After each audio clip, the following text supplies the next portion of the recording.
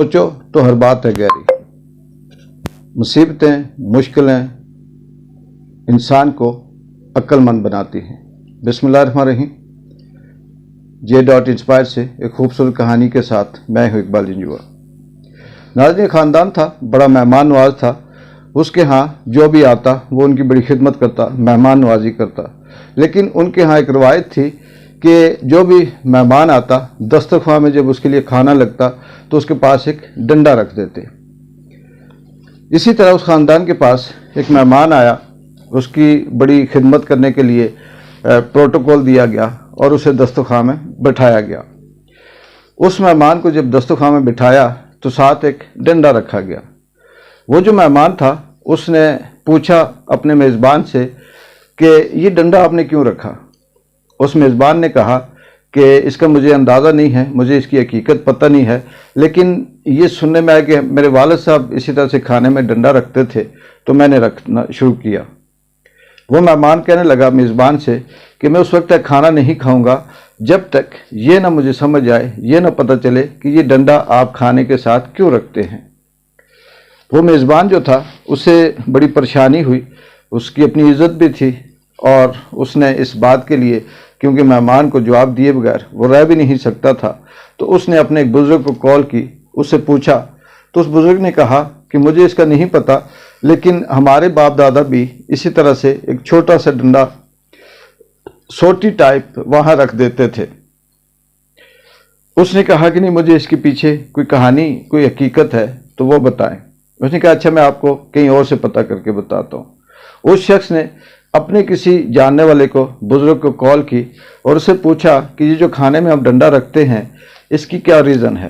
اس نے کہا کہ مجھے اس کی حقیقت کا تو نہیں پتہ، لیکن یہ ہے کہ ہمارے جو باپ دادا تھے ان کو میں نے دیکھا ہے کہ جب کوئی مہمان آتا تھا تو اس کے آگے کھانے کے ساتھ ایک چھوٹی سی چھڑی رکھ دیتے تھے، یا اس طرح سے کوئی چیز چھوٹی سی ہوتی تھی وہ رکھ دیتے تھے.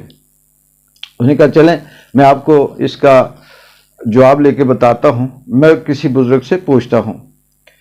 انہوں نے آگے اپنے جو ان کے رشتہ دار تھے، کہیں دور انڈیا میں تھے یا کسی اور ملک میں تھے، وہاں کال کی اور وہاں پوچھا کہ اس طرح سے ہمارا یہ خاندان ہے اور خاندانی یہ روایت ہے کہ ہم کھانے کے ساتھ ایک بڑا سا ڈنڈا رکھتے ہیں، تو یہ کیوں رکھتے ہیں، اس کے پیچھے کیا کہانی ہے.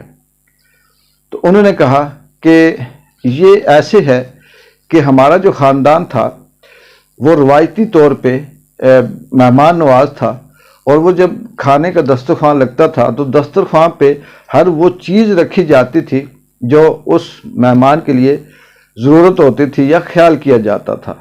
تو اس نے کہا کہ ہمارے دادا پردادا یہ بتاتے ہیں کہ مہمانوں کے ساتھ ایک چھوٹی سی ڈبیا رکھ دی جاتی تھی جس میں چھوٹی چھوٹی تیلیاں ہوتی تھیں، اور وہ تیلیاں اس لیے ہوتی تھیں کہ بعد میں کھانے کے بعد ٹوتھ پک کی جگہ کام آئے. وہ بزرگ فوت ہو گئے اور اسی طرح سے وہ روایت گم ہوتی گئی، اس کی جو حقیقت تھی وہ گم ہوتی گئی. تو وہ تیلیوں سے بڑھتے ہوئے ہم جو آہستہ آہستہ تھوڑی سی بڑی تیلی رکھی، پھر اس سے بڑی رکھی، پھر اس سے بڑی ایک چھڑی رکھی، پھر کرتے کرتے یہاں تک کہ اس وقت جو ہمارا موجودہ خاندان ہے یہ اس کھانے کے ساتھ ڈنڈا رکھتا ہے. یہ بات، اس کا جواب پھرتے پھرتے اس میزبان تک پہنچا.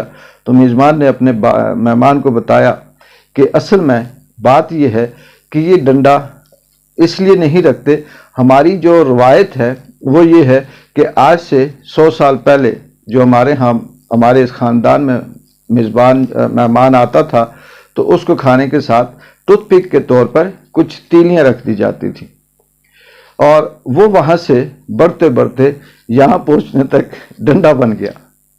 تو ناظرین، اس روایتی کہانی سے ہمیں یہ چیز سمجھنے کو بھی ملتی ہے، سیکھنے کو بھی ملتی ہے کہ بہت سی ایسی باتیں جو حقیقت نہیں ہوتی لیکن ہم ان کو روایت بنا کر اس طرح سے پیش کرتے ہیں کہ ہم یہ نہیں جانتے کہ اس کے پیچھے کہانی کیا ہے اور وہ کیوں کی جاتی ہے.